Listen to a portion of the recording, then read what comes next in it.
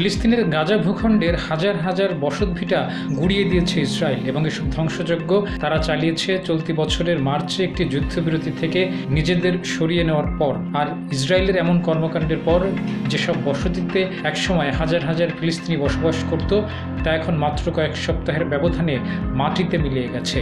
স্যাটেলাইটের তথ্য থেকে জানা গেছে কয়েকটি এলাকায় বড় ধরনের ধ্বংসযজ্ঞ চালানো হয়েছে, যেখানে ইসরায়েলের বাহিনী থেকে দাবি করা হয়েছে যে সেগুলো অভিযানের নিয়ন্ত্রিত অংশ। এগুলোর বেশিরভাগই ঘটেছে পরিকল্পিত ধ্বংসযজ্ঞ চালানোর কারণে। আর এই ধ্বংসযজ্ঞ চালানো হয়েছে ক্ষতিগ্রস্ত ভবন এবং নতুন ভবন দুই ধরনের এলাকাতেই। সত্যতা যাচাই করা কিছু ফুটেজে দেখা গেছে বড় ধরনের বিস্ফোরণ এর কারণে ধূলি এবং ধ্বংসপ্রাপ্ত অংশ বেরিয়ে আসছে। RICL TMX, যুগের পর যুগ স্থাপনা থাকে মজবুত। ইসরায়েলের বাহিনী নিয়ন্ত্রিত ধ্বংসগুলো চালিয়েছে বহুতল ভবনে, স্কুলে এবং অন্যান্য স্থাপনায়। অনেক আইন বিশেষজ্ঞ গণমাধ্যমকে অনুরোধ জানিয়েছেন যে জেনেভা কনভেনশন অনুযায়ী যুদ্ধ অপরাধ ঘটেছে কিনা তা তদন্ত করে দেখতে। জেনেভা কনভেনশন অনুযায়ী কোনো দখলদার শক্তি যেন ধ্বংসযজ্ঞ না চালায় সেজন্য বলা হয়েছে। ইসরায়েলের প্রতিরক্ষা বাহিনী IDF জানিয়েছে এটা আন্তর্জাতিক আইন অনুযায়ী পরিচালিত হচ্ছে। হামাসই বেসামরিক এলাকায় সামরিক সম্পদ লুকিয়ে রেখেছে এবং সম্পদের ক্ষতি তখনই করা হয় যখন সামরিক পদক্ষেপ গ্রহণ করা জরুরি হয়ে পড়ে।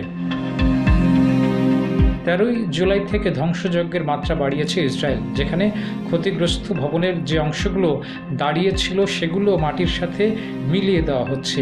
দক্ষিণ গাজার রাফা অঞ্চলের সৌদি নেইবারহুড এলাকায় বর্তমানে ইসরায়েলের ধ্বংসযজ্ঞ চলমান রয়েছে বলে জানিয়েছে ব্রিটিশ গণমাধ্যম BBC। যে শহরে একসময় শহরের সবচেয়ে বড় মসজিদ এবং আরও কয়েকটি স্কুলের অবস্থান ছিল। ইসরায়েল আরও কিছু এলাকায় তাদের হামলা জোরদার করেছে, যেসব এলাকায় প্রাথমিক হামলা খুব একটা চালানো হয়নি, অথবা যেসব এলাকার ভবনগুলো প্রাথমিক হামলা থেকে বড় ধরনের ক্ষতির হাত থেকে বেঁচে যায়। ফিলিস্তিনের খোজা শহরটির অবস্থান ইসরায়েলের সীমান্ত থেকে মাত্র 1.5 কিলোমিটার দূরে। IDF জানিয়েছে ওই শহরের 1200 ভবন তারা ধ্বংস করেছে, যেখানে হামাসের সন্ত্রাসী স্থাপনা ছিল। একই ধরনের ঘটনা ঘটেছে আবাসন আল কাবিরা নামক স্থানে, যেখানে 27,000 লোক বাস করত। 31 মে থেকে 8 জুলাই পর্যন্ত ছবিতে দেখা গেছে 38 দিনে ওই শহরের বড় একটি অংশই গুড়িয়ে গেছে। ইসরায়েল বিশেষ নিরাপত্তা এলাকা তৈরি করেছে গাজা থেকে নানা অংশ বিচ্ছিন্ন করে, এবং ওই এলাকাগুলোর আশপাশের ভবনগুলোতে বড় ধরনের এসব ধ্বংসযজ্ঞ চালানো হচ্ছে। ইসরায়েল যে সর্ববৃহৎ করিডোর তৈরি করেছে সেটি 54 কিলোমিটারের খান ইউনুস শহরকে 2 ভাগে বিভক্ত করে দিয়েছে। যুদ্ধের শুরু থেকেই বিশ্লেষকরা ধারণা করছিলেন যে ইসরায়েল শত্রুমুক্ত বাফার জোন তৈরির চেষ্টা করছে সীমান্তবর্তী এলাকাগুলোর ভবন ধ্বংস করার মাধ্যমে। তবে সম্প্রতি কিছু এলাকা ইসরায়েলের ধ্বংসযজ্ঞের মধ্যে পড়েছে, যা গাজার অনেক ভেতরে।